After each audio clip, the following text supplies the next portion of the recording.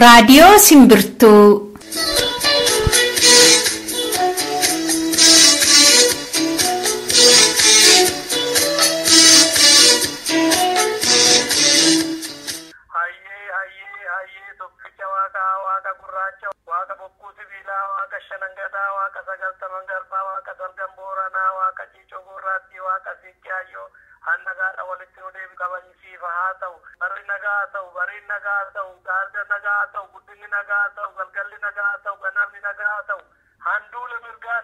Guyyaa kamisaati gaafa eebila jaha bara 2017 qophii simbirtuu har'aa kan qabnu isinitti hima. Dura oduu biyya keessaa gurra simboofna. Taanee sirba tokkoon isin bohaarsuudhaan gara qophii imalaatti dabarra.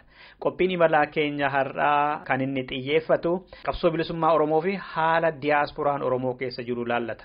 Haala yeroo diyaasporaan Oromoo keessa jiruuf wanta goggodhamaa jiru irratti keessummaa qabnaa jechuudha. Keessummaan keenya kun eenyudhaasa jedhu booda walitti deebina. Hanga xumuraatti waliin turtan sirboota keenyatti bohaartanii qophii imalaa keessaa immoo waa akka hubattan abdii qabna. Hanga xumuraatti waliin turaan affeerraa keenyadha. Amma oduu isinitti hima.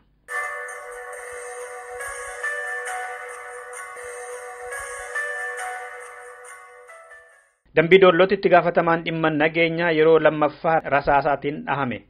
Dambii Doolloo keessatti waajjirri dhimma nageenyaa mootummaa wajjin ta'uudhaan jiraattota addatti immoo dargaggoota Oromoo kan Dambii Doolloo fi naannoo ishee adda durummaadhaan waraana itti waamuu hidhuu fi ajjeesisuutiin bal'inaan himatamaa yoo nagahe. Komaandi poostii wajjin ta'uudhaan Oromoota hiraarsisaa turanii kan jedhaman itti gaafatamaan dhimma nageenyaa Dambii Doolloo fi naannoo ishee kan maqaan isaanii Obbo Tashoomaa jedhaman dilbata darbe rasaasaan rukutamanii mana yaalaa Dambii Doolloo keessatti yaalamaa jiru garuu lubbuun keessa ba'uuf jedhamee eegamaa jira jedhameera. Isaaniin duras itti gaafatamaan dhimma nageenyaa achii ka turan namni Obbo Addisuu jedhamanis rasaasaatiin dhahamnaan Obbo Tashoomaan bakka isaanii bu'anii ture. Sababa kanaan amma Dambii Doolloo fi naannoon komaandi poostii Itoophiyaatiin goolamaa jirti jedhe oduun achirraatiin nu ga'e. Warra qaama mootummaa ta'anii Oromoo hiraarsaa jiran haaluma wal fakkaataatu isin eeggataa kan jedhu akeekkachiisi namoota biraafis darbeeraa jedha oduun nu qaqqabe. Oromoonni naannoo Finfinnee jiraatan bulchiinsa Finfinnee fi mootummaa Itoophiyaa wajjin waliigalaan jiranii jedhame. Qonnaan bultoonni fi jiraattonni biroo kan galaan sandaafaa fi laaftoofaa keessa jiraatan daangaan keenya Finfinnee wajjin hin qabnu irra deebi'uuf ilaalamuu qabaa kan jedhu gaaffii kaasaa jiru yeroo ammaa kanatti. Kana malees gibira kanaan dura kan Finfinneef kennaa turre nuuf deebi'ee Oromiyaaf galchinaa kosii nurratti gatamuun haa dhaabbatu maaster pilaanii Oromiyaan nu baasuu qaba malee Finfinnee hin ta'u jechaa jiru jedhame. Bulchiinsa Finfinnee irraatti qaamni kana deebisuudhaaf bakkoota kanatti deeman osoo waliin galiin deebi'anii galaniiru jedhameera. Qonnaan bultoonni fi warri naannoo sanarratti mana ijaarratanii qaban ni saamamne mirgi keenya sarbame qeerraa buqqaanee hiyyoomneerraa jechaa jiru jedhe maddi simbirtuu Finfinneerraati. Fincilli xumuroo gabrummaa barattoota Oromootiin bakkoota garagaraan gaggeeffamu hin dhaabbanne. Torbee darbe keessa Haroomayaa fi Ambootti barattoonni gadi bahaniitu gaaffii abbaa biyyummaa Oromoo afaan qawwee jalatti sodaa malee irra deebi'anii kaasanii turan.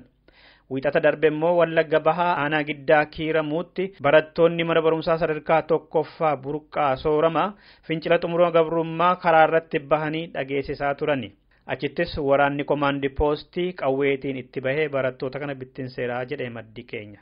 Bakkoota kana hundatti qaamaa fi lubbuu barattootaarras ta'e kan biraarra balaan ga'e jiraachuu nageenye. Komishiniin mirga dhala namaa kan Itoophiyaa ibiddi mana hidhaa Qilintoo keessatti gana darbe ka'ee lubbuu namoota galaafate kan qabsiifame hidhamtoota achi keessa turaniinidha jedhe. Komishinichi qoradheen bira ga'eeraa jechuudhaan kan argate koree dhimma nageenyaa fi bulchiinsaa caffee Itoophiyaatiif yeroo dhiyeenya kana dhiyeesse akka jedhetti manni hidhaan gubate sun kutaa warri yakka cimaatiin himataman keessa turanidha. Namoonni 21 aara sanaatiin ukkaanfamanii yoggaa du'an lama immoo miliquudhaaf jennaan qawweetiin ajjeefamanii qabeenyi qarshii miliyoona 15 baasus barbadaa'eera jedhee gabaasa isaa keessatti. Komishinichi akka jedhetti ibidda kan qabsiisu laayitariiniif hidhamtoota sanaaf dursamee galee ture jedhe. Isaantu ibidda kana kaasee wayita jedhu. Garuu komishinichi laayitariin tamboo qabsiisu sun akka hidhamtoota harka ture manni erga gubatee barbadaa'e eessaa argateetu sababni isa akka ta'eefi qorannoonsaas loogii fi siyaasarraa bilisa ta'uusaa hin eerre. Komishinichi akkuma waajjira kaanii mootummaa Itoophiyaatiin akka dhaabbateeru beekamaadha. Oromoota mooraa leenjii waraanaa keessatti hidhamanii ba'an irratti mootummaan Itoophiyaa hordoffii cimaa godhaa hidhaa fi reebaa jira jedhame. Dargaggoonni hojjettoonni mootummaa fi daldaltoonni Oromoo mooraa hidhaa leenjii Xollaay, Hursoo fi Awaash Sabaattiitti hidhamanii wayita turan gaaffii ciccimoo isaan gaafataa turan erga bahanii xiyyeeffannaa guddaa jala jiru jedhameera. Akka maddeen keenyaatti leenjiin wayita kenname sana keessaa dargaggoonni barsiisonni gaaffii mirgaa kaafne malee maal goone hidhaa fi ajjeechaan qabsoorraa duubatti Oromoo deebisa jettanii yaadduu kan jedhuu fi kan biroo gaafatanii dabballootaaf warra nama reeban jonjessaa kan turan erga biyyatti galaniillee akka hordofamuu qaban jala ergamee ture. Amma warri gaafataa turan bakkayyuutii qabamanii hidhamaa reebamaa immoo gariin immoo ajjeefamaa jiru. Fakkeenyaaf godina Shawaa dhiyaa aanaa Calliyaa magaalaa Geedootti kan barsiisaa turan barsiisaa Tasfaayee Cimdeessaa dilbata darbe osoo gara Midaaqanyii deemaniiti bakka Daaratti jedhamutti warri komaandi poostii dhaabanii konkolaataa keessaa isa fuudhanii isaan garmalee reebaniiru jedhame. Ergasiiti maaliif eessa akka jiran hin baramne. Godina Shawaa kibba dhiyaa aanaa Dawoo magaalaa Buusaatti kan dhalate Maqalee, Hursoo, Mooyyaalee, Buusaa fi Maayikalaawii faatti yeroo hedduu deddeebi'ee hidhamaa kan ture dargaggoon Oromoo maqaan isaa Karrayyuu jedhamu sababa wal fakkaatuutiin Galamsootti ajjeefame torbee kana keessa. Dargaggoon kun hanga gaafa du'uutti warra tikaa Itoophiyaatiin hiraarfamaa fi hordofamaa ture.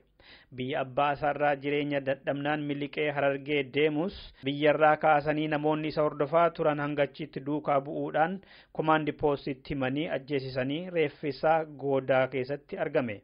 Reeffisaa biyya abbaa isaatti deebi'ee awwaalameera. Dargaggoo Karrayyuun murataa sabboonaa fi bilisummaa sabaaf nama tattaafataa turedha jedhu warri isa beekan. Godina Arsii aanaa Suudee ganda Ashinee keessatti immoo gaafa bitootessa 31 dargaggoonni Oromoo hidhamaniiru. Fincila kaasuuf jettu maaf waliin deemtu jedhamanii dargaggoota hidhaman keessaa dargaggoo Muhammad Aliyyi, dargaggoo Abdii Jamaalii fi dargaggoo Hamzaa Xaahir akka fakkeenyaatti maqaa Oromoota hidhamanii nu qaqqaban keessaa hanga tokko. Dhaggeeffattoota keenya oduun keenya irraa kanumaadha. Sirba kanaan gara qophii imalaatti dabarra. Bishop Conjetu, Yakomo, Forma Pago,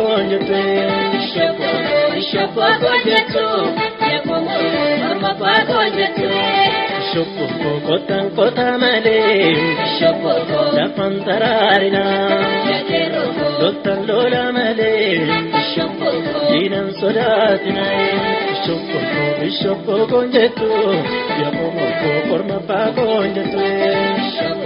Bishop Conjetu, Elero, Forma Pago, Ela me jolishet, barane bulla jannan, dubbiti namtu taate, kotane bulla jannan, lafti wadaro taate, ala fira benni se, tilmike jabenchi se, tilmike jabenchi. Ejole goda Kenya, miliko se babate, lafuma se namnate, etesana chesifte, etesana oraduma, garboman joraduma, garboman joraduma. Na kenja baren koti, akayana pagoti, rekap sonega, tuga badena tuga, murga bidu pampiga.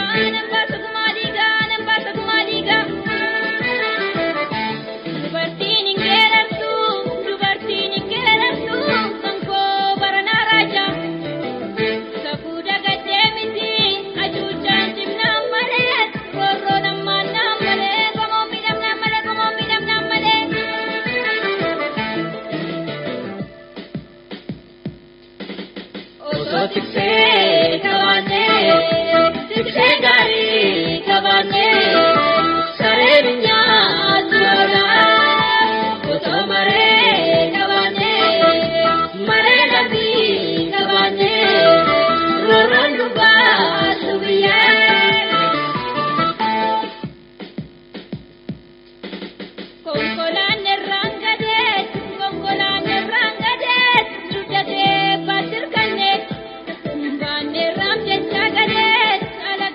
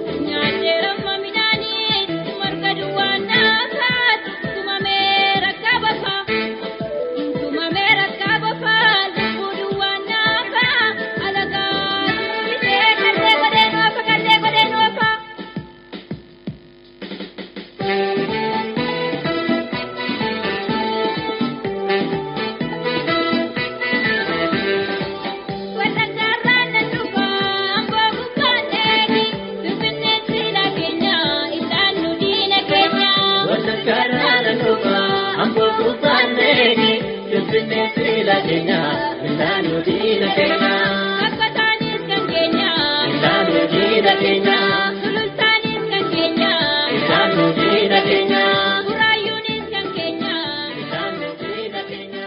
Kanjaafaanis kan keenya.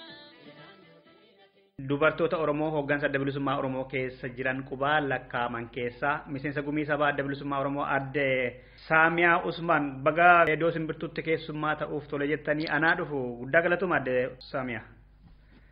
Galatoomaa boodastuu ana afeerraa keessaniif hedduu Tole. qabdan. Maqaa bobbaa birmannaa biyyaa jedhuun adda bilisummaa Oromoo bakka buutanii kaaba Ameerikaa hanga Awurooppaatti imala gootaniittu. Kaayyoon imala keessanii maal ture? Akkam ture imalli sunoo? Imalli san hedduu bareedaadha. Imala milkii dhugumatti imala nutillee waa hedduu irraa barru turre. Kaayyoo dirmachuu biyyaa sabni keenya har'a waan keessa jiru ni agarra. Oromiyaan haala itti jirtu. Waan kana hanga dandeenyutti maan Oromoo hawaasni Oromoo bal'aan ala jiran akka qabsoo isaanii cinaa dhaabbatanii sirna irra uummata keenya fixaa jiru balleessaa jiru kana gamtaadhaan akka irra bobbaanuudha. Kanaaf mariin kunis barbaachisaa ture, imalli kunis kanaaf barbaachisaa ture. Magaa akka jettanitti hawaasuma Oromoo walii galatti himachuu, iyyachuu, waliin mari'achuu, dhagahuudhaaf kan imaltanii. Hirmaannaan hawaasaa akkam ture bakka deemtan kanatti?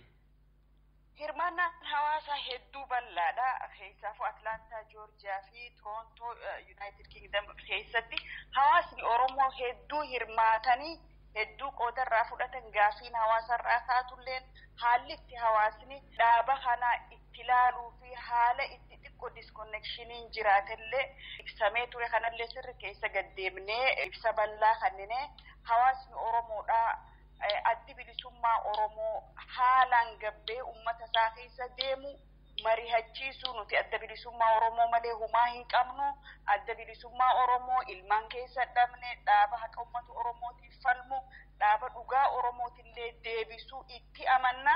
Ammoo mariin kun itti fufuu qabaa nu keessa deemaa gargaarsa yeroo tokkollee isinirraa qusanneen beeynu lubbuullee qusanneen beeynu. Kanaaf addi bilisummaa Oromoo mariin maatan itti fufuu qabaa jee hawaasni Oromoo bal'aan jajjabinee hedduu laate jechuudha. Kan hojiirra oolchi ture akkasaan jedhan kana itti fufaa wanta akkasii maal immoo irraa barattan akka dhaabaatti? Itti fufa maaliif itti fufa? Xiqqoo gaabbiin jiru kun cufamuutu irra jira. Gaabbiin jiru hoggaan jiru dhuga waan garii haaluu hin dandeenye jira kanutis agarru ka uummanninis argu.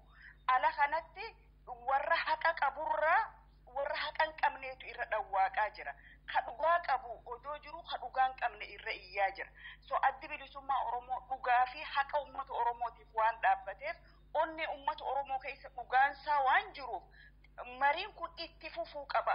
Hanga dandeenyutti hogganoonni adda bilisummaa Oromoo kana murteeffannee jira. Mariin kun itti fufee uummata keenya hanga danda'amutti qabsoo tanatti hiriirsu hanga danda'amutti olola diinaa fi warri diinaa ala kanaa hojjetan kanan akkan afaffajoin uummanni keenya amma deebine nuufi uummanni illee wal qaruutu nurra jira jechuudha. Kanaaf mariin kun kan itti fufu ta'a.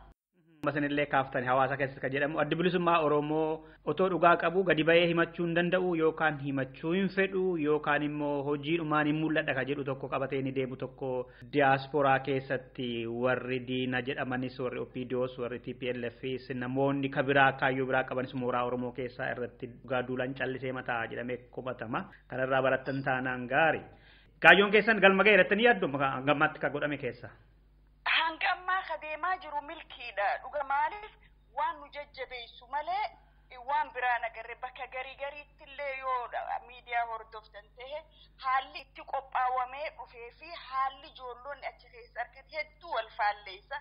Maaliif jennaan nuti amma uummanni Oromoo hanga danda'utti afaan nagaatiin waltajjii addi bilisummaa Oromoo gaggeessurra dhaqee gaafiisaa gaafachuun mirga. Afaan naamusa afaan kabajaatiin. Hidda ala teenyee wal arrabsinu hidda miidiyaa diinni nu dhaga'u irra teenyee wal balaaleeffan fuullee wal dura dhufnee akka ilmaan Oromootti akka ilmaan saba tokkootti akka ilmaan hundee tokkootti Oromoo gaa'in Oromoon tokko laman jiru wal dura dhufnee wal mari'achuu qabna. Qeeqni jiraatus wanni fedhe maan jiraannu yoo nuti waliin dandeenye wanni alagaan nu danda'u jiru. Kanaaf waltajjiin adda bilisummaa Oromoo ilmaan Oromootiif banaadha. Duriis bana, arraas bana, boruus banaadha.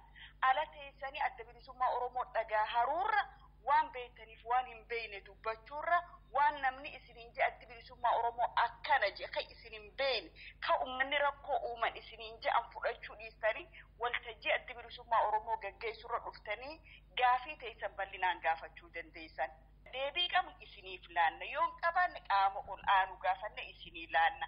Kanaaf ilmaan Oromoo waltajjiin teessan banaadha jenne UK keessatti ijoollonni bifni isaan itti gaafatan gariin isaanii dhugatti warra gaddee jira gaafii garii gaafachuurra maaliif jennaan ummatoota amma mooraa Oromoo keessa yeroo hedduu rakkoo jeekara uumuu barbaada ijoollee xixiqqoo ijoollee qulqulluu dargaggeessa kan dhugatti bilisummaa fi Oromiyaa malee waan biraan beeni sammuu ijoollee xaxanii gaafii adda addaatiin nama qaceelchuu ni jira.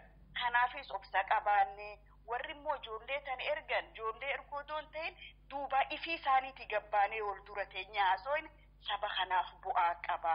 Kanaaf dargaggoota keenya karaa hama qaruu odoon ta'in karaa jibbannaa bobbaasu odoon ta'in karaa jaalalaatiif karaa qabsootaa bobbaafnu jeen bakka hedduutti akka haadhaattis akka intala Oromoo takkatti akka dubartii Oromoottis dhaamsa dhaammadha jechuudha. Yeroon har'a Oromoon keessa jirtu yeroo gaafii keessa jirru ummanni Oromoo alaamanaa ni arga. Dhugaa adda bilisummaa Oromoo dhoofsuun hin danda'amu. Dhugaa adda bilisummaa Oromoo xurii dibuun hin danda'amu. Dhugaan addi bilisummaa Oromoo qabu akka aduutti waan ifu jechuudha. Ka dhugaa isaa ragaa bahuu hin barbaannellee garaa keessan ni beeka. So addi bilisummaa Oromoo dhugaa inni qabu tana cinaa dhaabbannee qabsoo saba kanaa galmaan gahuudhaaf haa wajji dhaabbannu waan jiran hoggaa hedduu dhaamse. Waltajjii tokko irratti haasaa gootanii jechi keessan sun amma hawaasa Oromoo keessatti fudhatamee jiru keessaa tokko. Adda bilisummaa Oromoo balleessuuf yaaluun baha biiftuu dhorkuudhaaf harkaan biiftuu qabuu kan jedhu wal fakkaata kan jedhu tokko haasoftaniittu. Maal jechuu keessanidha? Sirriidha. Maal seeta?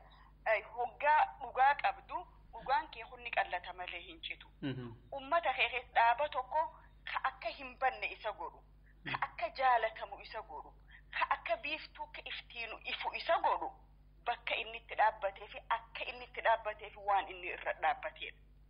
Addi bilisummaa Oromoo goottan qaqqaalii ilmaan Oromootiin Oromiyaa keessa dhaabbate. Addi bilisummaa Oromoo bahaadhii akaabaa kibba jiddu jireessa akka ilmaan Oromootti waliin dhufanii goottan Oromoo kaleessa gadhaaban. Gandaan amantiin onaan odoo addan daangaawin jechuudha. Kanaatu adda bilisummaa Oromoo isa godha. Waan Oromiyaa keessa gadhaabateef baduu hin dandeenye adda bilisummaa Oromoo. Maaliif inni maqaa adda bilisummaa Oromootiin jalqaba carcarxirroo keessatti 74 elemoo qilxuutiin dhangala'e lafa Oromiyaa keessatti ilillii tahee meeree jira. Ilillii tahee arra qeeroo uummatee jira. Onne ilmaan Oromoo keessa seenee jira. Ilmaan Oromoo seenaa san hujii adda bilisummaa Oromoo taganamaa san bakka itti dhaabbateef waan itti dhaabbate waan beekaniif addi bilisummaa Oromoo onnee uummata Oromootii fi lafa Oromiyaa keessaa baduu hin dandeenye jechuudha. Amma akka jettanitti adda bilisummaa Oromoo ilmaan qaqqaaliitiin kaayyoo Oromiyaa fi Oromoo giddu galeessa godhatee dhaabbatedha. Kanaaf baduu hin danda'u yoo Oromoo lafarraa badee malee. Dhuguma biyya keessaa Oromoon maqaa isaatiin kumaatamaan hidhama. Guutuu Oromiyaa keessatti waggaa darbee hundinuu alaabaa abaaboo qabatanii abaaboon nu haa bulchuu ka jedhu gaaffii biyyummaa kaasaa turan. Ala kanatti immoo Oromoonni muraasni akka tutaatisuuf ijaaranii akka dhuunfaattis dhaabbilee siyaasaa mormitoota Oromoo biyya alaa jiranis haa ta'anii warri miseensaas haa ta'anii miseensa hin taane abaaboo balaaleffatu. Dhaabbileen Amaaraas abaaboo balaaleffatu. Maqaa Itoophiyummaatiin kan deemanis abaaboo balaaleffatu. OPDOnis abaaboo balaaleffata. TPLFnis abaaboo balaaleffata. Mooraa Oromoo keessaas ala kanatti warri gadi bahanii balaaleffatan warri dhoksaadhaan ijaaranii bobbaasan illee jiru jedhamu. Isaanis abaaboo balaaleffatu. Hawaasni immoo maqaa abaabootiin hidhamaa abaaboo jedhee gadi bahee falmata. Maa inni tokkummaa fi addaddummaan abaaboo warri jibban kun isaan jidduu jiru? Tokko ilmi namaa kun qabsootan bifa adda addaatti itti amana yookaan qabsoo adda addaa gaggeessa.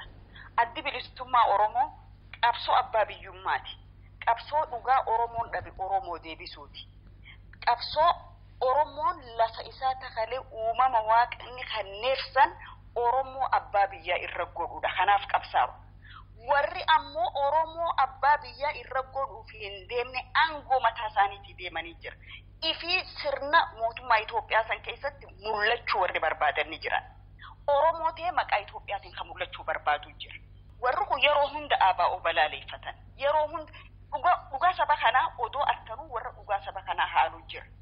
Haqa saba kanaa odoo arkanuu haqa saba kanaatirra aangoo isaan fiiganiif saniitu irra itti mul'ata. Addi bilisummaa Oromoodhaa hogganni isaa kakalees qabsaawaa fi ture har'allee qabsaawaa fi jiru anaatu aangoo biyyoolessaa fudhataa odoo hin ta'in ummanni Oromoo mirga isaa ka afaan qawweetiin dhabe afaan qawweetiin deeffachuu qabaadha. Oromoon akka saba tokkootti biyya isaatirratti ifaa bilisa ta'ee jiraachuu qabaadha. Addi bilisummaa Oromoo ka qabsaa'uuf. Sabaa sablammoonni biyya san keessa jiran jireenyi isaanii guutuun lafa Oromiyaati irra hirkatee jiraatee jechuu dandeessa. Maaliif qabeenyi biyya san keessaa dhufu biyyuma Itoophiyaa jaltana keessaa dhufu lafa Oromiyaa keessaa waan burquuf jechuudha. Lafa Oromiyaa keessaa waan madduufi. Warroonni Habashaadhaa qabsoo adda bilisummaa Oromoo wanni balaaleffataniif yoo addi bilisummaa Oromoo dhugaa uummata Oromoo mirkaneesse qabeenya arra nyaannu kun cufti ni dhabna. Jireenya ammatti jiraannu kana ni dhabna. Jecha Oromiyaa jedhu kanaa dhaggee hin dandeenye kaan dhiisi waan kaan dhiisi jechuudha.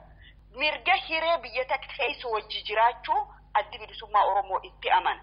Garuu jaalatii waan durii dhiiga Oromoo dhugaa barteef arratti qabeenya Oromoo san numa nyaataa malee numa itti faayidaa malee Oromoon akka qabeenya isaatti abbaa biyyaa hin taane warra barbaadu warra Habashoota jechuudha. Warri adda bilisummaa Oromoo irra duudhu kun. Karaa kaaniin nu keessa rakkoonni jirti Oromoo keessa maal agarta amma warra adda bilisummaa Oromootti hogganasaa jiru. Garuu alaabaa adda bilisummaa Oromoo ibsinaa kaa'in hoggan isaan ittiin argatan agarta. Hoggana sana jibba adda bilisummaa Oromoo jibba alaabaa ammoo dhaabni kun dhiiga goota meeqaa itti jeesee wareegamni meeqa itti kafalame Oromiyaa keessa arra qeeroo irra dhumaa jirtu kan ibsinaa kaa'ee akka miseensa adda bilisummaa Oromoo fakkeessee hoggaa bokkisan agarta alaafnaa. Warroonni kun dhuga adda bilisummaa Oromoo ni balleessine yeroo jedhanillee ni dhagahama. Adda bilisummaa Oromoo hin jirtu yeroo jedhanillee ni dhagahama. Waan adda addaatiitu jira. Akka adda bilisummaa Oromootti nuti waan deemu kana cufa irra aanuudhaaf qabsoon adda bilisummaa Oromoo gaggeessaa jiru jabaachuu qabdi. Qabsoon tun finiinuu qabdi. Hanga qabsoo hidhannoo jabeessinee qabsoo tana fuuldura hin fullaafnetti haalli amma deemu kun dhaabbachuuf hin deemu. Kanaaf yeroo hedduu hidda uummata nurra ololaan deebifnuuf hojiin haa caalluu jenneeti. Ka deebii itti kan nu dhabnee teenyu waan garii. Ammoo hoggaan deebiin itti kan namu ni jiraata. Maaliif yoo namni si balaaleffachaa oole si balleessuudhaaf si saganteeffate yeroo hunda miidiyaa kanarra nama si bobbaasee sirra jaaree gaafa dhaaba keessa hoggana keessarra bobboo hoggaatiif difeendiif godhuudhaaf gabbaatuutu jiraata jechuudha. Ijoollee xixiqqoo tana amma hoggaa waatti himte ijoollee waan san dhugaa fudhattee karaa badii deemti malee karaa toliinsaa waan hin deemneef hoggaan deebiin kan namuuf ni jiraata. Haalli maatii jettee kun ni argama ala kana keessatti. Warroota nama sabboonuu if godhanii waltajjii adda addaatirra bookisa. Sabboonummaan mana keessaa eegala. Sabboonummaan maatiirraa eegala. Sabboonummaan guddina akka atitti guddatturraa eegala. Sabboonummaan jaalala ati Oromoo qabdu. Hojii ati hojjettu sabboonaas godhe jechuudha. Warra irra sabboonummaa aadaa nurra leellisan kan ilmaan isaaniitu alaabaa Habashaarraa fuufnee agarree jechuudha. So warreen kun dura saba Oromoo keessa gabbahanii mooraa Oromootii fi hawaasa Oromoo keessatti gomsa gaggeessuu duratti mana isaaniitu qulqulleeffachuu qaban jeetiin itti amanan akka intala Oromoo takkatti akka hoggana dhaabatamaa. Dhaggeeffattoota keenya miseensa gumii sabaa adda bilisummaa Oromoo Aadde Saamiyaa Usmaan faana mariirra jira. Haala yeroo irratti bakka adda addaa isin deemtanii walgahii hoogganaa turtan irratti hawaasa keessaa gaaffiileen ka'ee fi duraanis ka'aa ture adda bilisummaa Oromoo kan itti komatamu keessaa tokko akka jaalala qabu akka uummanni miliyoona 50 isa duuba jiru isa eegutti biyya keessaa akkuma afuuraan isatu nu bulcha gaaf tokko jedhanii abdatanitti hin argamne hin qaqqabamnee fi goyita uummanni dhibuun bira dhaabbatee irraa qolachuu hin dandeenye. Garuu uummanni ammas biyya keessaa abdii kutataa hin jiru gama waraanaatiin dadhabaadhaa hin jiru jedhu. Itti amantuu isin yoo itti amantu ta'e maaliif furga'uu hin dandeenye waggaa 25 kana guutu waraanni? Waraanni ni jira hin jiru hin jedhu. Oromiyaa mara keessatti waraanni adda bilisummaa Oromoo ni jira. Jabinaa fi laafinni waan biraati. Waggaa 25 kana maa furga'ee achi bahuu dadhabe. Gaafii bareedduu Oromoon illee beekuu qabu. Ganna 25 kana keessatti fottoqiinsi yookaan garaagarummaa wal dhabdiin mooraa qabsoo bilisummaa Oromoo keessa dhufte. Hawaasa Oromoo ka'ala jiru daadarkeessuu adii gooduun ta'in ilaa sadarkaa mooraa waraanaa diitu geesse jechuudha. amma 2000 yoo fudhanne 97 yoo fudhanne 2008 yoo fudhanne murni addi bilisummaa Oromoo waan godhu jee achi bahu waraana 5-6 ta'u cabsee bahaa kuma hawaasa aadaa diigutti 2008 agarte addi bilisummaa Oromoo gaaga'ama 8 irraa dandamachuunsaa kaniin anilleen haala yeroo san hoggaan daalu ammataan koo dhugaa siin jechuudhaaf dasu gaafa Oromiyaan wala boomtee mataan kiyyaan nama harmiidha kiyyaan umrii nahaa kannu nama mana seeraa if dhaabee yakkaan hojjedheef itti gaafatamu keessaan nama tokko maaliif jennaan badiinsa 2008 keessatti qoodaniin qaba badii teenya haaluun nurra hin jiru badii gurguddootu ta'e 2008 keessatti waraanni 2008 san zoonii badii zoonii adda addaa keessatti hammam takka akka faca'ee beeyna akkamitti akka diinagalees ni beeyna. Arra addi bilisummaa Oromoodhaa san cufarraa dandamatee sadarkaa amma jiru kanatti waraana leenjisee haga biyya keessaa gaggeeffachuu gehuunsaa leenjii hangana gihu gaggeessuun isaa addi bilisummaa Oromoo hoogganni isaa dhugatti hooggana murataa hooggana saba kanaaf jedhee dhugaa dhaabbatee ta'uu ragaalee kana agarsiisa jechuudha. Dhaabni tokko keessaafuu dhaabni riphee lolaadhaa hoggaa daadarkaa akkasii rakkoo akkasii diigomiinsa akkasii kaganna meeqa wal jala fufe san keessa as dabree dhufu akka ifiifee sanitti ka'ee fuulla'uu ni danda'ayu waan biraati. Sanirraa rikabartee eega ammoo leenjifate booda akka sabni kun barbaadutti seenee dha'uu hin dandeenye garuu guyyaan inni diinan dhawin hin jiru. Naannawa kibba bahaa yoo fudhatte naannawa bahaa yoo fudhatte naannawa kaabaatti yoo fudhatte addi bilisummaa Oromoo hanga danda'utti uummata isaatirraa ittisaa jira. Hidhannoo ka hidhatee gaara taa'uuf rafuudhaaf miti uummata isaatiif qabsaa'uudha.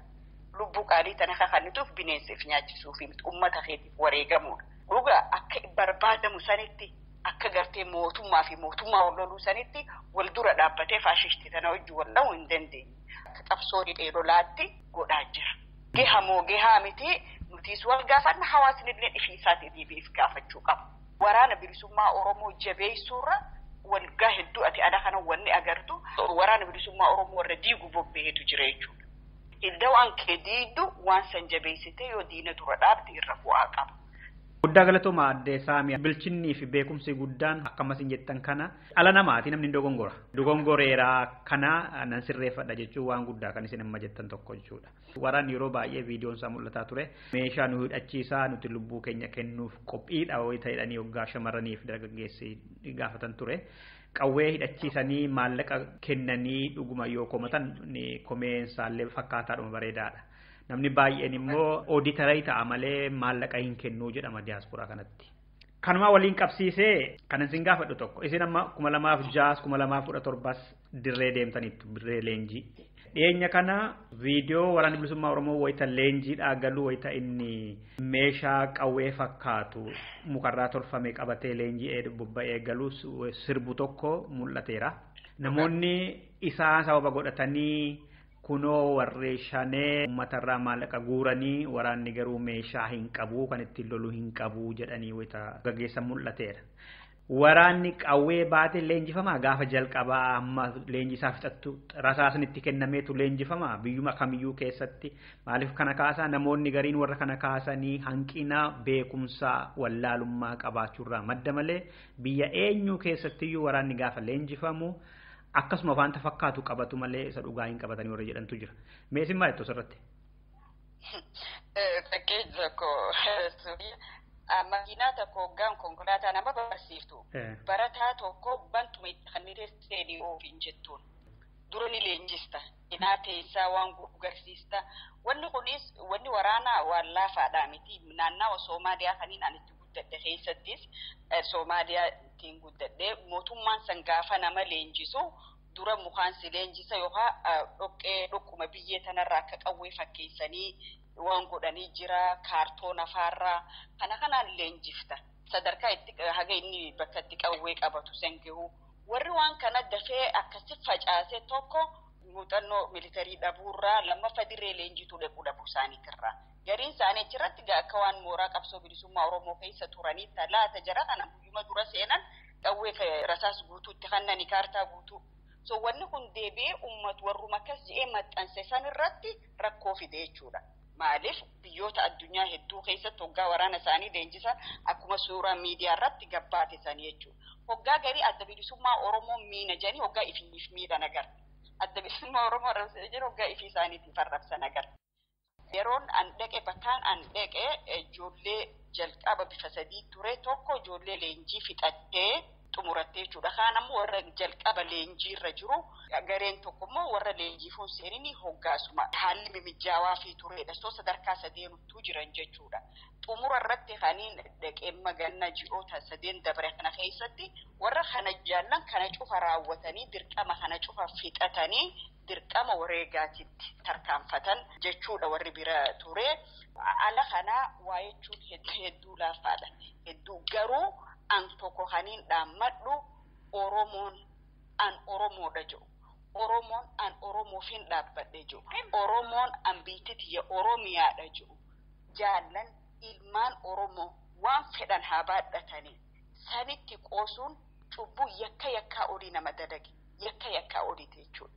Miidiyaa irra teessee irra alagaa gammachiisuudhaaf mindaan si hafadhamee ilmaan Oromoo qaqqaalii lubbuu isaanii wareegaa kannanii qoosuun hedduu waan nama gaddisiisu ammoo jechi isaanii kun hamileellee nama mutu daranuu nama onnachiisa. Wanni miidiyaa irratti arra deemaa jiru kun adda bilisummaa Oromootiin akka tumsooraa deemaa jiru akka baran. Yoom caala oololli ata miidiyaa irra gadhiifame kun biyyaa fi alattis mooraa qabsoo bilisummaa Oromoo gabbisaa jira. Kun waan agarre waan dhageenyu waan waltajjiileen dhaqee cufarratti arge jechuudha.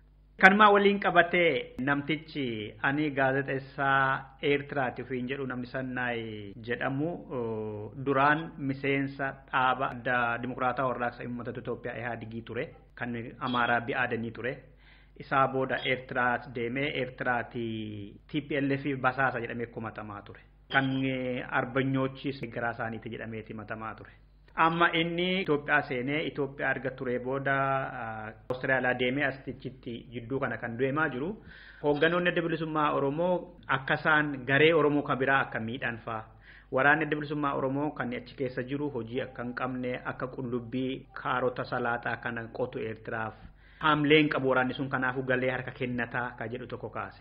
Isin wayita waggaa lama deemtan waraana qullubbii qotu salaaxaa qotu agartanii waggaa lamaanuu wayita walitti aansitanii deemtan kana kan bara duraas waraanni ture deebitanii argitaniitu waggaa lamaffaattis achuma jiru. Qullubbiin fi salaaxaan kun lafa akkamirra mayra. Salaaxaanii fi raafuu irra mayru lafa bishaan qabdu lafa akka jiituuti. Lafti tunuu lafa gammoojjiiti. Lafa dhagaati. Bakka tamiin mayra. Bakka tamtu qotama. Lafti nuu dhagaadha. Lafti salaaxaa fi qullubbii maal taatu lafa bishaan keessa yaa'u lafa maaganni jiru ta'uu qaba. Maaliif namichi kun amma gabbee kana jedhe? Maaliif amma duratti hin jedhin? Tokko qabsoon Oromoodhaa biyya keessaa jabaachuudha. Qeeroon bilisummaa Oromoodhaa sabni Oromoo waliigalatti mootummaa abbaa irree wayyaanee lubbuudhaan dura dhaabbachaa jira. Sodaa sirni faashistii wayyaanee adda bilisummaa Oromootirraa qaburraa kan ka'e ololli kun banamaa jira jechuudha. Orola kanatti Oromoo ta'ee ka Tigree bitamees jira. Tigree ta'ee isaanii hojjetus isaanii jira. Kun tokko hamilee qabsaa'otaa dha'uudhaaf lammaffaa hoogganaa adda bilisummaa Oromoo andarmaan godhuudhaaf. Waraanni bilisummaa Oromoo Eertiraa keessa ni jira wal nu gaafachiisu. Waraanni tokko leenjii bakka tokko dhaquudhaaf yeroo dhafuudha. Akkanuma nama kana leenjisteetuma guyyaa lama sadii gadi hin geessitu. Leenjiftee yeroo kannitee fi haala mijeessitee bifa barbaachiseen qabsoo isaatti akka hiriiru goota. Waan tokko laal haqa ceellootti ilaallu warri immoo waraanni bilisummaa Oromoo achuma jiraachiin baane jaan hawwisoodha argan. Hawwisoo warra akkama suutee bareentoo. Suutee bareentoo hawwisoodha. Ijoollee hawwisooti hojii jira. Achi hamilee waraana buhaarsa hoggaa leenjiirra jiran. Suutee bareentoo arguudhaaf waraanni adda bilisummaa Oromoo amatu achuma jira jechuun I think ilaalcha siyaasaa dadhabaa raafa he'ina fakkaata. Waraanni bilisummaa Oromoodhaa hamileensaa guutuudha. Waraanni bilisummaa Oromoo heegareensaa ifa. Waraanni bilisummaa Oromoodhaa waan leenjuuf beeka. Waan achi jiruuf beeka. Kaayoo qaba. Gali qaba. Kanaaf dirqama isaa fudhatee leenjii isaa fudhatee haala isaa mijaa'uun qabsoo isaatti fuula deeffatee waan ni godha. Amma eeltiruma ta'anii hin bahanii hoggaa jiran karaa isaan bahanii isaan akka himuuf barbaadanii. Kana wanti eeltiruma jiran hin deeman lakki deeman kunoo baatii dabarte bakka kanaatiin deemanii. Addi bilisummaa Oromoo waan akkanaatirraa baroomsa guddaadha fudhate.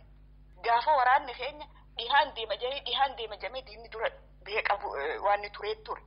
Adda bilisummaa Oromoo keessaa wanni akkasii bahuuf hin deemtu. Jiraachuuf illee hin deemtu. Dhaabni kun waan dabrerraa baroomsi inni fudhate xiqqaadhaa miti. Waan dabrerraa wanni inni gattaa'ee akka ragaatti irra gahee qabatamaan qabe tokko lamaa miti. Kanaaf asiin seene achiin seene jechuuf hin deemnu. Ni leenji'a samiin ta'uu dachii jalaan ta'uu waraanni bilisummaa Oromoo Oromiyaa keessa qabsoo gaggeessaa jira. Gaazexessaan sun karaa mootummaa Itoophiyaadhaan inni galee Yemanii keessa bahee erga galee amma mootummaa Itoophiyaa arrabsaan jiru. Arrabsuu Shaabiyaa fi Abaawoodha. Bara dura biyya tures mootummaa Itoophiyaa keessa ture kan Oromoo hiisaa ture isadha jedhanii warri komatan jiru. Maaliif inni dhaaba Abaawoo biyyaa baase keessaa tokkodha. Har'a inni Oromoodhaaf akkamitti dhimmee dubbachuu danda'a? Akkamitti isa amaneetu namni isarraa dubbii fuudhanii afarsu. Kabiraa immoo waan haaraan inni dubbate hin jiru. Waanuma kanaan dura dubbatamaa turedha warri jedhan jiru. Otoo qabsoo kana dhimma ta'ee Ihaadigiin illee kan inni uummata Oromoo godhee kana dubbachuu qaba ture. Warri jedhan jiru. Innuu ergama TPLF baatee Awustiraaliyaa galeera warri jedhan waan jiraniif. Diinni irra nu qabatee jiru kun riphee lolaa ture. Qabsoo riphee lolaa kana keessa waa hedduudha barta. Diinni kun irra horii keenyaan ilmaan keenya bitee waan kana cufa hojjechaa jira. Tokko namni kun irra Oromoof dhimme. Oromoon arruma jiraate kaleen turre Oromoo maaliif kalee Oromoodhaaf hin dhimmin? Arruma uumame Oromoon. Tokko qabsoon tun jabaachuu wanni si garsiisu diinni hojjettoota isaa toonii afaanii jijjiirsisee haasawa akkana deemuu hin dandeenyu ajandaan keessan kana je'een lafa kaayee bobbaasee jechuudha. Bobbaa diinaatirraa tokko. Maaliifiin kana je'e kaleessa ilmaan Oromoo gaafa qabsoo tana jalqaban warri mootummaa dabre wajjinis hojjechaa turan mootummuma sanii hojii hojjechaa saba kanaaf hojjechaa turan. Mootummuma san keessa hojjechaa saba kana jaaraa turan. Mootummuma san keessa hojjechaa adda bilisummaa Oromoo irratti investi godhaa turan. Jaallan kalee qabsoo tan dhiigan taraaran jechuudha. Gaafa diinni irra dhaqqabu mooraa diinaatii bahanii mooraa qabsoo seenan jechuudha. Tokkoon isaa daangaa qaxxaamuree biyyaan baane. Warri arra ala biyya Oromoo akkana taate jiru kun maaliif daasporaa dhufee nu himuun barbaachise? Qabsoo uummataa keessanii uummata hojii qabsoo isaanii gadi hin geessine. Maaliif bakka isaan dhaabbatanii dhugaa itti himanii wayyaanota isaan bira taa'ummaan Oromoo xurrasaa tokko dhawanii tokko hin dhooyi. Eenyu ka ala kana bahanii himaniif waan Oromoo arra addunyaan beektee bara. Tokko adda bilisummaa Oromoo maaliif taargeet godhuun barbaachise?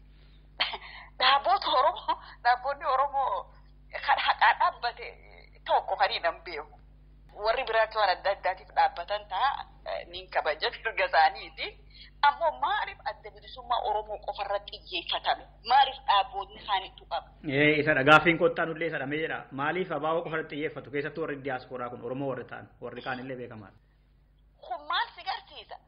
Akka dhaabonnummaan kaanu dhiifama annumaan ja'a addi bilisummaa Oromoo dhugaaf dhaabbachuusaa kan si garsiisu kan addi bilisummaa Oromoodha diina wajjin warroota Habashaatii wajjin warroota deebi'ee Oromoo gabroomsuu deemu wajjin akka inni hiriirota kan qabne si garsiisa. Warroonni arra isarra xiyyeeffatanii jiran kan Amaara hojii shubbisuu fedhu, kan Tigree hojii shubbisuu fedhu, kan walumaanuu lachuu waliin dhufee waliin shubbisuu fedhu jechuudha. Warreen kun adda bilisummaa Oromoo dha'uun taargeet isaanii kan duraati. Amma adda bilisummaa Oromoo dha'uun furmaata hin ta'u. Adda bilisummaa Oromoo irra burbuun furmaata hin ta'u. Akkatti furmaata hin ta'in sochiin biyya keessaa deemaa jiru warraaqni si'uun nu garsiisee jira jechuudha. Adda bilisummaa Oromoo kan diinilleen ukkaamsee jiru, kan diinilleen balleessee jiru akka volkaanoo jalaa itti ol baqaqee jechuudha. Dhaloonni adda bilisummaa Oromootii fi dhiigni adda bilisummaa Oromoodha. Kanaaf adda bilisummaa Oromoo irra bobbahuu dura adda bilisummaa Oromoo xiqqeessuu dura ati eega dhaabataatee baate adda bilisummaa Oromoo caalii mul'adhu hojii teetii uummanni asii fudhatu hin jaan. Hedduu warri adda bilisummaa Oromoo irra nama bobbaasaa jiru warra jaaramneef hin jooban. Amma erga kaaftanii isumatti keessa deemna ammas. Dhugumadhaa ergaa onkoloolessa 9 labsii yeroo hatattamaa baasee as afaan qawweetiin biyya keessaan gadi qabbanoofnaan dubbiin diyaasporaa keessa jiru immoo hatattuma abaa'otti galagale. Kan kana immoo godhan jedhanii namoonni kan haasaan miseensota dhaabata dimokiraasummaa uummata Oromoo kan mooraa qabsoo Oromoo diyaasporaatiin hoogganamu keessatti kan inni bobbaafate qabaa. Bifa leenjii yookaan barumsaaf biyya alaa kana kan dhufan kan interneetaa basaasummaa kan leenjifaman gariin immoo miskiinumti Oromoo otoo dubbiin isaan galiiniif wantuma dhugaa fakkaatu waan dubbataniif kan dhagaa guuree faana yaa'us ni jira. Gariin immoo miseensuma qabsoo Oromoof falmina warra jedhan dhaabbilee siyaasaa hoogganoonni isaanii duubaan warra jaaranii bobbaasan jiru. Miseensonni isaanis akka dhuunfaatti warri deeman jiru jedhu. Maal jettu isin asirratti? Ala kanatti waa hedduu wal makee jira. Bakkuma itti dhugatti namni kun afaan mi'aawee waan qabsoo waan Oromummaa si wajji haasaawa. Namni kun dhugatti qabsoodhaaf dhimmeen na wajji haasaawa. Namni kun dhuga qabsoo tana mararfatee na wajji haasaawa. Dubbee fiitillee chee godhuun gaarii beeki. Qabsoo tana keessatti hoggaa namni tokko arra afaan mi'aawee si dhufu namni maaliif arra qabsoo dhufe jechuudha miti. Amaloota garii karraa fagaachuu hin dandeenye jira. Namni waa basaasuu bare, namni waa diiguu bare deebi'ee nagee uumuun inni ulfaata. Maaliif amala sanii yeroo hunda keessaa riflekt godhe jechuudha. Warroonni amma ala kanatti hedduun isaanii adda bilisummaa Oromootii fi qabsaa'ota Oromoo irra fuula deebisan tokko warra leenjii wayyaa diinaa qabu. Lammaffaadha warruma diinnu biyya keessa jaaree ala kana bobbaase. Bifa adda addaatiin arguu dandeessa. Gariin isaanii warruma Oromoodhaaf qabsoofna ifiin je'ee sirnuma impaayir habashaa kana tiisuudhaaf gaafiin Oromootu akka gaafii gartee element gaafii bu'aa hin qabne yookaan gaafii haqa hin ta'initti akka waan olaantummaa gaafiin warra Itoophiyaa qabdutti warra naaluutu jira jechuudha kana keessa. Wanni ala kana deemu xaxamaadha yoo sirriin teessee haalaan hubattee dammaqiinsaan sirraa eegde malee warra leenjii waan adda addaa keessa bobbahee jira. Kana keessa kanummaan dhugumatti qulqullummaadhaan Oromummaadhaaf mee karaa kanaan waa ta'a hubannaa dhabuudhaan kana keessa bobba'uusi ni jira. Maqeessumaa fi qaroo ijaatti ofirraa eeguudha. Dhaabbileen siyaasaa 8 jedhaman biyya alaa kana jiru jedhama. Isaan amma abaa'otti miseensa bobbaasanii duulchisan dhaabni isaanii akka cimu maaf irratti hin hojjenne yookaan immoo miseensonni isaanii abaa'oo waraana hin qabu hoogganni isaa hojiirra hin jiru hamma jedhan. Dhaaba isaan miseensatti ta'anii jiran akka inni cimee abaa'oo caalu maaf hin goone akkamitti ilaaltu si waan kana? Gaariidha. Tuqa bareedaadha.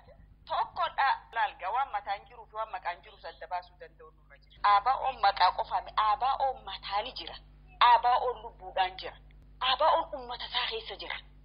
Uummatoon dhaabboonni wanni abaa'oo irra bobbahaniif ifiif dhagahaman qaban biyya keessa. Abbaan biyyaa abaa'oodha. Abbaan biyyaa waboodha. Abaa'oodha.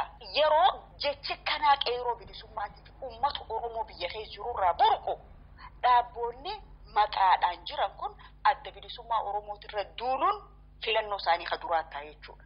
Maaliif dhagahamaan jiran, faarfamaan jiran, hojii mul'achaan jiran kan lammaffaadha. Warroonni isaan wajji negosheet godhan gariin isaanii warra Oromummaa dhiisi abaa'oon dhaaba riphee lolaati. Abaa'oon dhaaba mirga uummata Oromootiin kabachiisa je'ee deemu. Warroota maqaan Oromoo kunuu jiraachuu hin qabu. Oromummaan tunuu addunyaarra hin jirtu warra jechaa jiru wajji negosheet godhaa jiran gariin isaanii. Uummata kana gammachiisuudhaaf garee warra dhiiga Oromoo dhugaa barte kana gammachiisuudhaaf adda bilisummaa Oromoo irratti bobbahuutu irra jira. Akraarii onag, akraarii maata. Bar hoggaa warri Habashaa waltajjii irra taa'anii abaa'oo arrabsanii hogganoonni keenya kana isa harka dhawaniif agarra. Kun hamaami waan miidiyaa irra jiru. Dhaaba isaanii jabeessuu duratti adda bilisummaa Oromootiif turra dursaaf. Dhugaa jirtu san balleessuu turra dursa. Cubbuu san gaggeessuu duratti. Silaa adda bilisummaa Oromoo haa jabaatu haa laaffatu akkuma inni jiru dhiisanii namuu kasaatirra deebi'ee if keessa hojjetee kasaa jabeessee miseensota isaa itichee miseensota karaa hojii jijjiiree bakki itti wal dura dhaabbatanii fi bakki itti walirraa haasa'uun hin jiru jechuudha. Wadarkiin Finfinneedha saba Oromootiitu keessaa fudhata kafe. Kana addi bilisummaa Oromoo dhugaa qabuuf irra bobba'aa jiranii dhugaan ni qallattii malee hin jettu. Kabira ala kanatti kan bal'inaan amma odeeffamaaf barreeffamaa jiru immoo waa'ee aktivistummaa yookaan immoo karaa jaarmiyaa tokko yookaan tuuta tokko yookaan waan tokko ijaaranii gareen abaa'oo jibbu kun gariin isaanii biyya alaa kana sadarkaa barnootaatiin warri mootummaan Itoophiyaa ergatedha. Inumaayyuu waggaa 12 darban barattoonni Oromoo wayita hiriira babbahanii jeefaman hidhaman gariin isaan amma bahanii qabsoo kana biyya alaa kanatti afaan faajjii dhuuman immoo gaaf tokko hiriira bahaniin beekanii warra hidhamellee warri hiisisan keessattuu amma baatu yookaan zuwaayii keessa kan isaan hiisisan illee namoonni hidhaa jiran jiru jedhanii waggaa barreessan dubbatamu ifatti mul'ata. Hundamiti warri barnoota biyya alaatti bahee qabsoo kana faallaa deemu warri jiran garuu jiru jedhanii maqaa kaasanii dubbatu. Fincila kana keessattis nama hiisisuu keessatti illee gahee qabu warri jedhaman jiru. Mootummaa Itoophiyaa faana hojjetaa turaniiru ammas waliin hojjetaa jiru warri jedhamanis jiru. Gaas deebi'anii immoo qabsoo Oromoo akkas goona waggaa jedhaman isaan kuni maqaa feesbuukii jijjiirrachuudhaan garee ijaaranii bobbaasuudhaan gariin waboon hin jiru yeroo jedhan gariin immoo qeerroon isin turree qeerroon sobadhaa jechaa turanii boodammoo qeerroon biyya alaatii hoogganama jedhanii boodammoo qeerroo unutu hooggana ka jedhus wanta akkasii kun kan deemamu jira barreeffamaanis afaaniinis lafarrattis sabaa himaarrattis dhugumaa qaba jedhaa dhaabni waan akkasii kana. Aktivistummaan gaariidha saba kanaaf waa ta'ennan garuu qabsaa'oodha nuti. Qabsaa'onni Oromoodha biyya keessattis alattis sochii qeerroo bilisummaa Oromoo jabeessuudhaaf bira dhaabbachuudhaaf wanni hin godhin hin jiru. Warri arara aktivistoota ta'ee gayyaa'e kun amal lama dura eessa turan angaafiin yeroo hunda tana jeetu sammuu tiyya amal lama dura eessa turan. Qabsoon Oromoo eega jalqabde gannuma lama qeerroon eega jalqabde gannuma lama ganna lameen kana keessa maaltu dhalate dilli shoorakaa kun eessaa dhufuu danda'e. Oromoon jaalamuun karra ture bara dheeraadha. Addi bilisummaa Oromoo wanni yeroo isaa guutuurra balleessu Oromoo jaaruudha alaa fi keessattis jechuudha. Wanni arra gabbahee waca kana uumaa jiru tokko ankaniin itti ilaalu afaaffaajii uumuudha. Lafa mooraa qabsoo bilisummaa Oromoo irratti dhiibbaa uumuudha. Sadeessaa qabsuma biyya keessa deemu jirtu kanaa'u maqaa adda bilisummaa Oromoo qeerroon bilisummaa Oromoo undermined godhuudha dhaamsuudha. Maaliif kana kasi garsiisu mallattoota hedduutu jira. Mallattoo hedduu yeroo itti alaabaa dhaabaa fudhataniin bahina waboon je'ina aabaa'oon je'ina jedhamee faatu ture jechuudha. Kun cufti waan daasporaa kana wajji wal qabatee diinni kana keessa nama bobbaafatee gaafiin qabu. Warroota kana keessa warra yeroo adda addaa biyya dhaqanii miidiyaa biyya saniitirra gaafii deebii hannaa ture jechuudha. Kanaaf wanni ala kanaa deemaa jiru sabboonummaa Oromoo balleessuullee je'ee ilaaluu hin danda'a. Maaliif sabboonummaan Oromoodhaa saba jaalattootaa fi biyya jaalattoota wajji wal hidhame jechuudha. Eega diinni bobbaasee diinni sirraatti qabeenya isaa ganneeqaatti mooraa qabsoo bilisummaa Oromoo mooraa Oromoo keessatti akka hokkara dhaabdu si godhe sadarkaan ati sabboonummaadhaaf yookaan biyya jaalachuudhaaf yookaan saba kana jaalachuudhaaf yaaddu xiqqaachaa dhufu. Wanni ala kana waxaxamiinsi hedduudha qaba keessaafuu yeroo ammaa kana keessatti jechuudha. Waraanni bilisummaa Oromoo hin jiru hoggaa jaan agarte. Eessarraa burqa jechi kanaafuu. Eessarraa burqa. Hogganni adda bilisummaa Oromoo dadhaba faayidaan qabu. Eessarraa burqa kun. Kanaafiin reefu je warra hoggan kanaafi dhaaba kana jibbu. Warra immoo alaabaa dhaabni kun dhiigaan dhaabe. Ifcinaa haye akka jaalattoota qabsoo bilisummaa if godhanii jaalattoota biyyaa if godhanii alaabaa tanaan hoggaan aggadan agarte jechuudha. Waa'ee alaabaa kana erga kaaftanii dhuguma alaabaan sun kan inni dhufe waboodhaani. Waqaa waboo immoo hin aani jarri yeroo baay'ee maqaa alaabaa sanaatti horiin walitti qabamee garuu dantaa qabsoof kan dantaa uummanni biyya keessaa itti dhumaa jiruuf oolaa hin jiru. Akka dhuunfaatti yookaan akka gareetti maallaqni guddaa walitti qabamee Oromoo ijaaruurra Oromoon akka inni walitti gaggalagalu dadammaqinsi duubaan ijaaramee waggaa walitti bobbaasantu mul'ataa jedhamee tokko bal'inaan haasa'amu kana. Dhuga tokko ati alaabaa tana gaafa jaalattu dhiiga alaabaa tanarra jigeef kabajaa qabaachuu sirra jira. Hogganoonni halee alaabaa tana dhiigaan baasan yoo arra lubbuun nu keessa jiraachuu baatan hogganoonni hogganoota san bakka bu'ee jira. Qabsoon tun tokko hoggaa wareegamu tokko itti fufe jechuudha waan du'uu hin qabneef. hogganoottan kalee alaabaa tana baasuurra wareegamee fi ka'arra qabsoo tana gaggeessaa jirus tokko kaayoo wal fakkaatu kaayuma kaan irra wareegame kaan lafaa fuudhe jechuudha hogganni kaan lafaa fuudhe kanaaf hoggana kana kabajuun hoggana kana galatoonfachuun hoggana kanaaf qooda kennuun hedduu barbaachisaadha hoggana kanaaf qoodan kannine kabajaan kannine hoggana kana ammoo wareega inni alaabaa tanarra baase bargaafa alaabaa tana bakka takka namni meeqa irra dhumee jira isii baasuudhaaf kabajaa isaaniif hin qabaanne arra dhaabbattee bookiftee kanaan waan hedduu nama tuqu waan hedduullee garaa nama nyaatu haalli deemu jiru kun kanumallee godhamee silaa bobbaa lafa jala social media irratti nama gadhiisan kanallee silaa namarraa dhaabanii gaariidha parpazili warruma kanaatu tahee jee godhaa jira wanni wal bira daddabaru wanni harka walirraa qaqqabnu hin jiru. Laphee tokkoon siyaasa lama jaalachuun danda'ama moo arrabaafidha adde Saamiyaa nama baay'ee kumatama akkasitti diyaasporaadha waan ta'eef.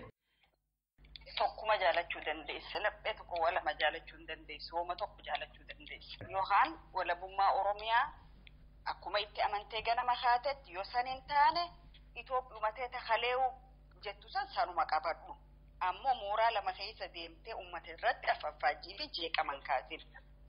Hunduu sabboonaa fakkaata hunduu afaan Oromoo dubbata Oromiyaa himata duubaan amma social media wanta gadi babbaasu iccitti gadi baaseeru jira gariin nama hiisisanii gariin immoo mootummaa kana hojjetaa turanii mootummaatu baasee mootummaa faana jira kan jedhamu kun baha dhugaasaaf sobasaa seenaa fi guyyaatu adda baasa. Hawaasni ala jiru kun akka afaan faajjii dhumneef amala maalii qabu warri ergama qaban kun bifa maalii qabu maal fakkaatu hoggaa dubbatan akkamitti namatti dhiyaatu akkamitti namni adda baafatee irraa of eeguu qaba. Tokko warroonni kun dura afaan mi'aawu isaanii agarta lammaffaa hoggan adda bilisummaa Oromoo kana sirriitti arrabsu. Hoggan adda bilisummaa Oromoo arrabsuun taargeet isaanii kaduraati.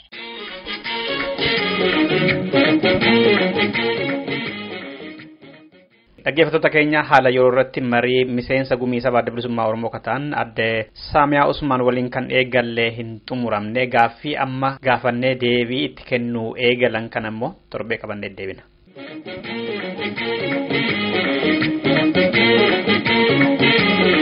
Injif keresi tukan jalatani tututuka kana tuka jalata tutuitena dubisuma folata jabatu kabena maraba sabota na tutuitena tosabuma folata kerotu kabena maraba sabota injif keresi tukan jalatani tututuka kana tuka jalata tutuitena dubisuma folata jabatu kabena maraba sabota na tutuitena tosabuma folata kerotu kabena maraba sabota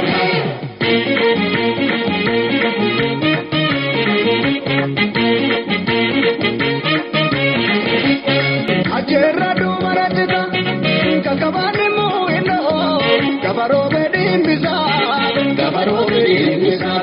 dandi sabandar bani kabara devi ani kanum namara kisa gana masar pisabe gafa gamtev game sankaba gafa roro tikero kaba gefate ande fate lola lamiko ikin jamara mio tikera bango tikapate ande fake lola kero ikin jamara mio tikera bango kapsa jabe jajabadu jajabe ko ikin jamara mio tikera bango forma male malingiru ya komoko ikin jamara mio tikera bango injifane abilisam alamiko ikin jamara mio tikera bango ikin jamara mio ya komoko ikin jamara mio ikin jamara mio ya keroko ikin jamara mio ya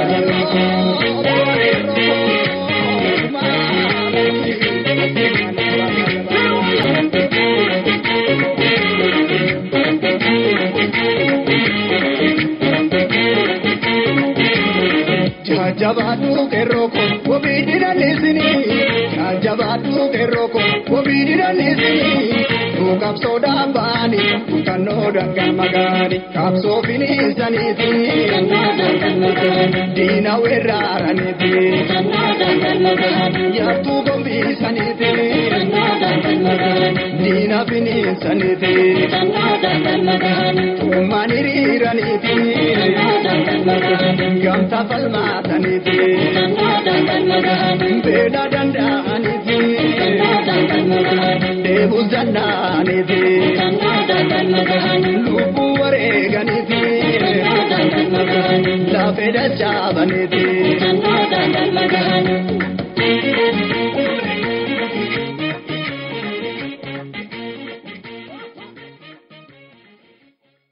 Akka walii garaatti sagantaan keenya har'aa kana fakkaata ture waan nu caqasaa turtaniif galatoomaa jechuudhaan sirba kanatti sin affeeree nagaatti kan siniin jedhu Dassuu Dulaati.